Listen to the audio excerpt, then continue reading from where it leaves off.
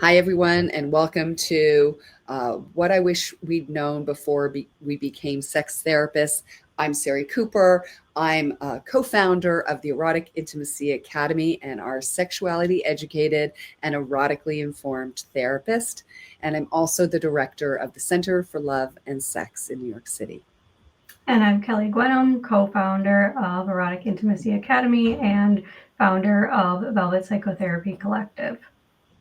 So, what are we getting into today, Sari? Given that it's April is Sexual Assault Awareness Month, I thought it'd be helpful for therapists and coaches to understand the differences between solely trauma therapy as it Mm-hmm. relates to sexual assault recovery and sex therapy that is trauma informed, and how those two things are somewhat different in the way therapists can approach someone who's been, an assault, abuse, boundary crossing, Mm-hmm. a survivor. You know. Yeah, a lot of times when I'm working with people who have come in, um, you know, it's not necessarily that they're coming in for trauma treatment. And what I mean by that is sometimes people will say, this thing, I was sexually assaulted and I'm looking for trauma therapy after that. But a lot of times, what will happen is the assault was maybe, or the boundary crossing was maybe years ago or a year ago or a time ago, and they're coming in and they're trying to figure out, okay, what now? I feel like maybe I've done some therapy and what do I do now? And something that I focus on is how do you get in touch with your own pleasure? How do you start engaging in sexual activity for you that is pleasurable, that's desirable? And so focusing on embodying those things, which is different than when I was a general therapist working on trauma and focusing on, okay, how are you treating the trauma that's showing up in your body? Right. And I think also the other kind of client we get is they will come in maybe with their partner, Mm-hmm. and they're coming in because there's either a discrepant desire, there's some sexual avoidance, and while the person may have remembered that they had some Mm-hmm. sort of abuse, they have not dealt with it, right? Because perhaps they've just focused on surviving, I should say. And now they're coming in, and what we say to them is, well, this is not just about surviving anymore. What would you like to do to thrive? And, Mm-hmm. going back to basics. And so, what I always say to people is, you miss many steps that people who haven't had that experience of assault or boundary crossings had when they were teenagers or young adults. And so we want to help you go back so you can start asking yourself, what is it that I'm interested in doing? What might I want to try, but knowing that I can stop it or pause it at any time. And the other part of it is, we're working with couples. Mm-hmm. We work both with individuals and couples. So part of our work is also educating the partner around how this might be different for them.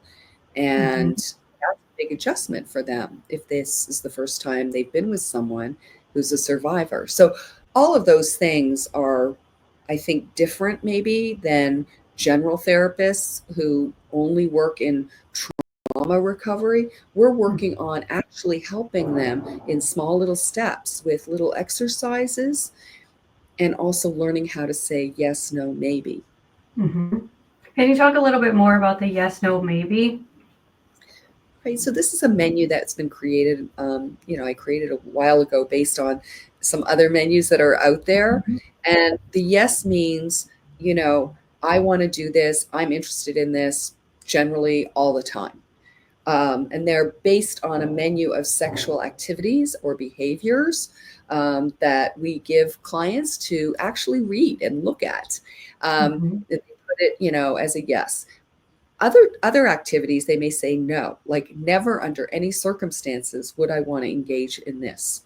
And then the maybes are, it's like a yellow, the first is green, red, and then yellow is, I don't know about this. I've never done it before. I've never done it with this partner before. I'm curious about it. Let me learn more about it now. And we have to say the partner, that doesn't mean a yes. Mm-hmm. It's really a real maybe, and they need more information before they can agree to actually participate in it. Yeah.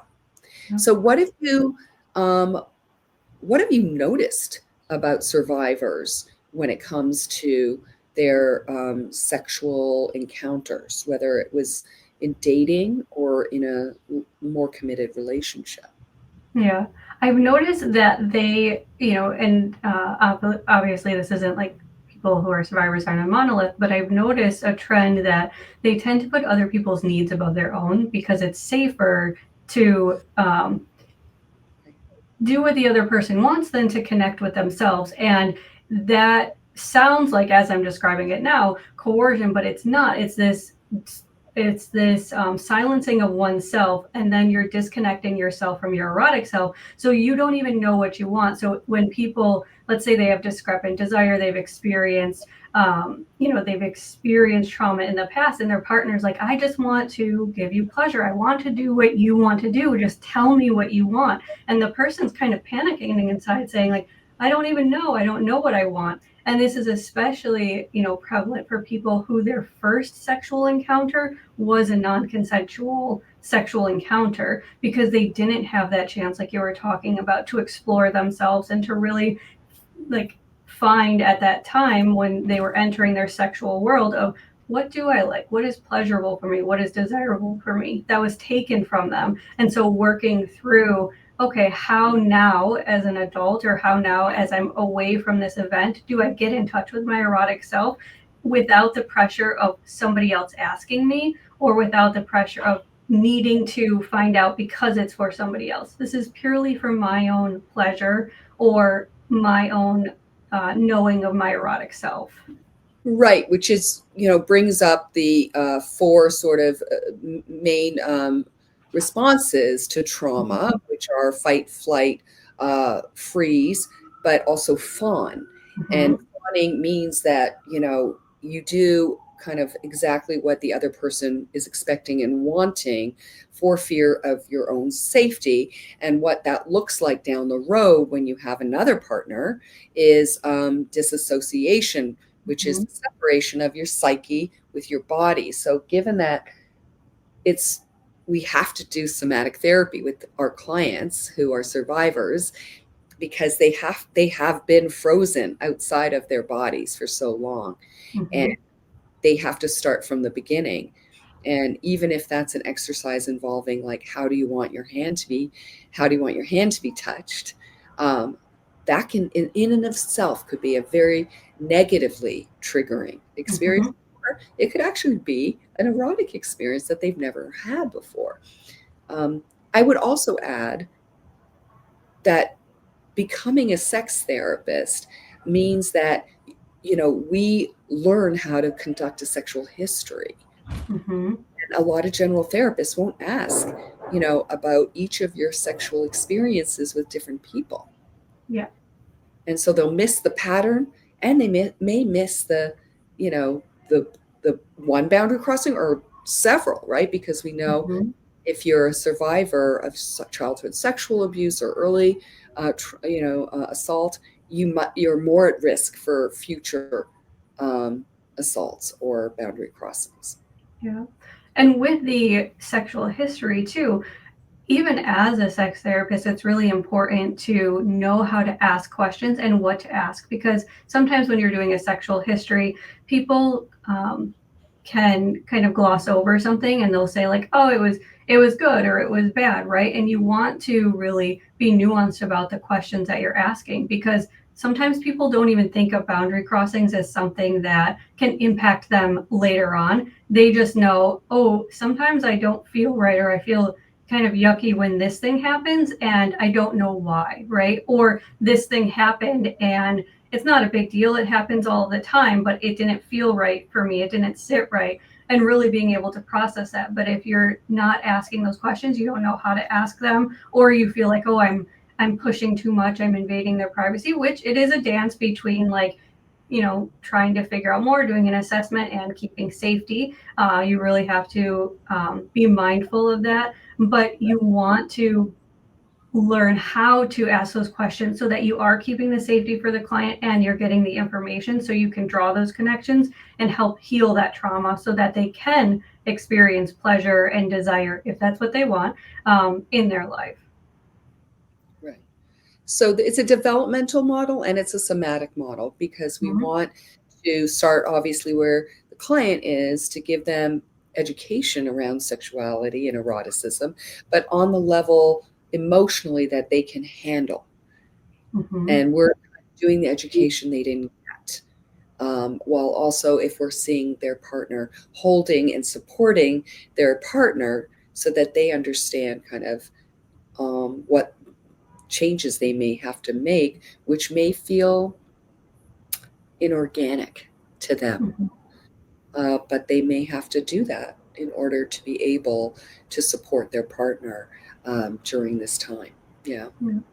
And something else that can come up too, especially when you're working with couples, is this dynamic or this framework that is really centered around shame, where the person who experienced the sexual assault feels that something is wrong with them, and that's why I'm just going to use discrepant desire because that's what we've been talking about. That because this thing happened, this trauma happened to them, and there's something wrong with them, they're the one that needs to be fixed, and they're to blame for this. And so there's a lot of work to be done around letting go of that shame, because sometimes, a lot of the times, the other person in the couple is not viewing it that way, but the person themselves, because they're internalizing that shame, is feeling that so deeply. And then that's the like truth that they're approaching this relationship with or their sexual dynamic with.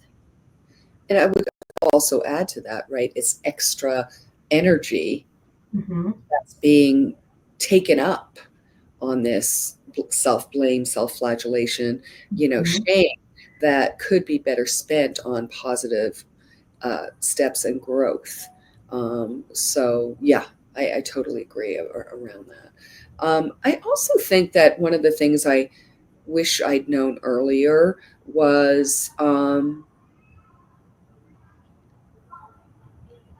how vast an erotic fantasy life um, a survivor can have Mm-hmm. and have kept to themselves because no one asked them. Even Mm-hmm. in individual therapy, they may be in individual therapy for many, many years with a general therapist or a trauma therapist, but no one asks them, well, what do you do when, you self pleasure? Or have you had any fantasies that really satisfy you? No one's ever asked them. Yeah. And maybe, the therapist or the general therapist or the trauma therapist is approaching it from a place of bias of like, well, they've experienced this terrible traumatic event. Of course they wouldn't experience pleasure. Of course it would be always associated with the trauma and not with anything else. And they might approach it as I can't ask the client that because that would be very intrusive. And because Mm-hmm. they're assault survivor, I don't want to contribute to that. And when they're ready to tell me, they will, Mm-hmm. but they won't. And so what we do is a combination, right? We ask the questions and we give them permission to not answer them or to Mm-hmm. answer us later if they feel they would like to. And we explain why we're asking. Yes. Yeah. Always. All right. Well, I think that, we want to really honor all those survivors out there. And we have a lot of respect and um, really sort of more than respect, I would say just like honoring them to Mm-hmm. have what they've been through and the resilience that they have. Um, and, also invite other therapists and coaches who might be interested, who have experiences or questions for us, to reach out to us at info@eroticacademy.net. Mhm. Any parting words, Kelly? Thank you all for joining us.